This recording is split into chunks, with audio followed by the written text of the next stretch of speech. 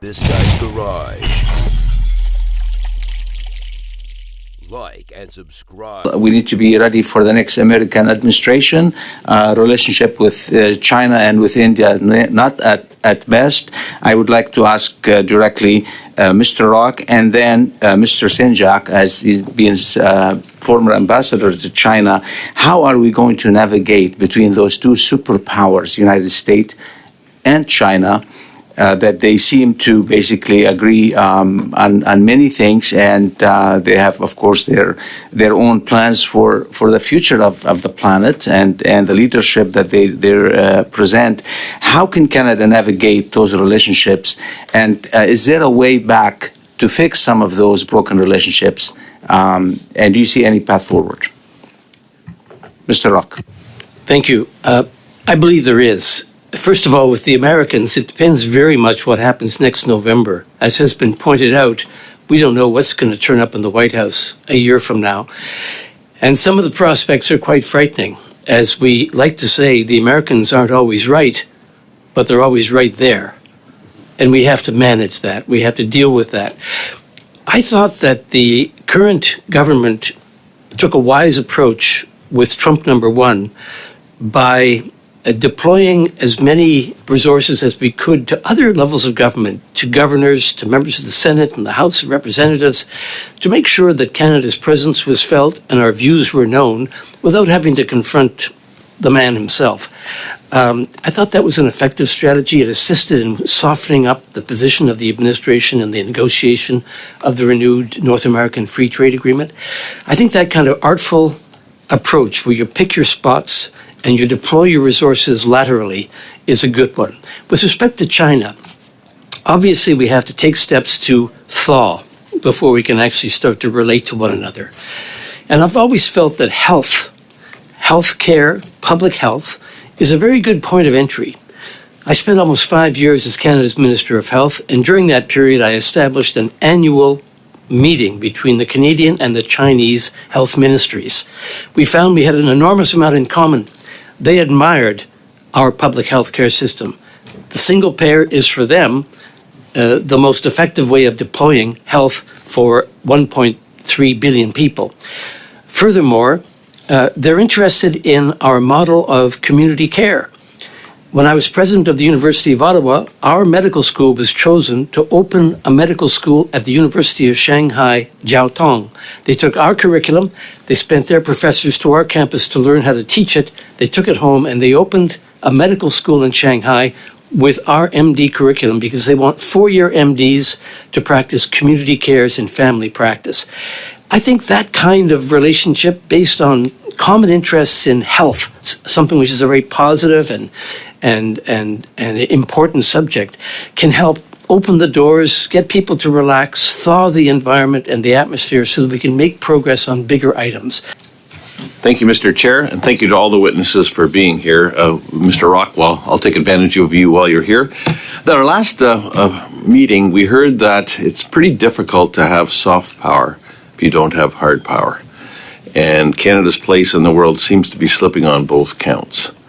What would your advice, how would you come at that issue? Or do you disagree with that statement? Well, I think that soft power has always been one of Canada's great strengths.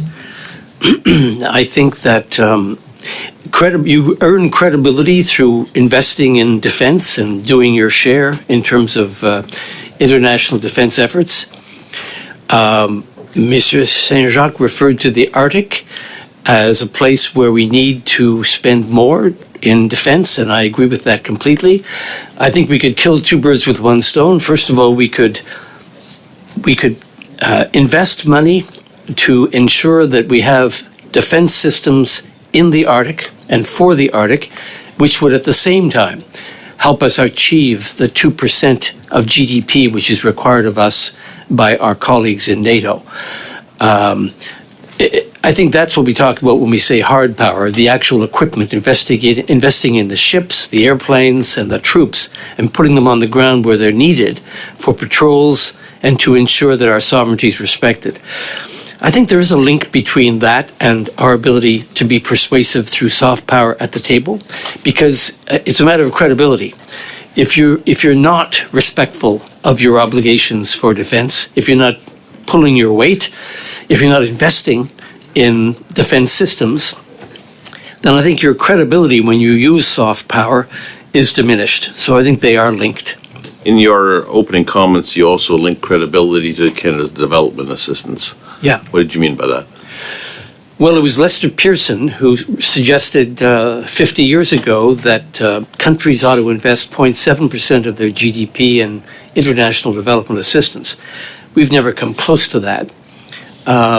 Countries like the UK and Norway are in excess of that. I think we should be we've been reducing our international development assistance over time, and I think we should increase it. It's sort of the dues you pay. It's table stakes for credibility in the international community. Thank you. I'm going to shift one of the other criticisms or one of the other suggestions to broaden the experience of folks going in to our diplomatic corps, into global affairs. I guess I'll be right in front of you. There was a preponderance of graduates from Carleton and the University of Ottawa. Given your present position, how would you respond to that? Would our country be better served from broader experience from our educational institutions?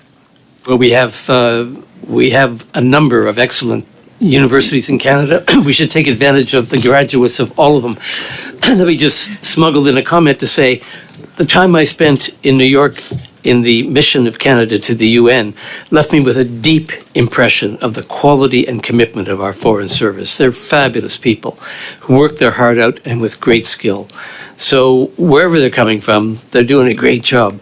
But, there are universities across the country capable of producing excellent graduates, and we should take as many as we can. Mr. Chair, and I'll just begin by saying that, yes, we've had many foreign ministers over the last few years, but one parliamentary secretary over the last 4 ministers that adds consistency. I'm like the Sphinx. I will just stay there. Several comments that have been made. I'm trying to get some themes. Democracy and democracies in decline, multilateral bodies needing reformation, the expansion perhaps of BRICS causing a concern in international rules-based order and rule of law, need for more consultation, a changing world. It's not the same as it was. Climate change, the possibility of Trump or even other Republicans with faraway lands or America First ideas. All of these things are complex and changing, which I think Minister Joly has seen as a requirement to make major changes in foreign affairs, which I'm looking forward to. I have 2 questions, one easy one and one hard one for all of you.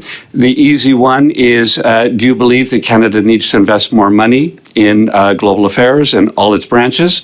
And secondly, if we do, what are your top 2 or 3 priorities? You can start with Mr. Rock, who wants to get out soon. The answer is yes. I think that we need to give resources to foreign affairs it needs in order to meet its important mission.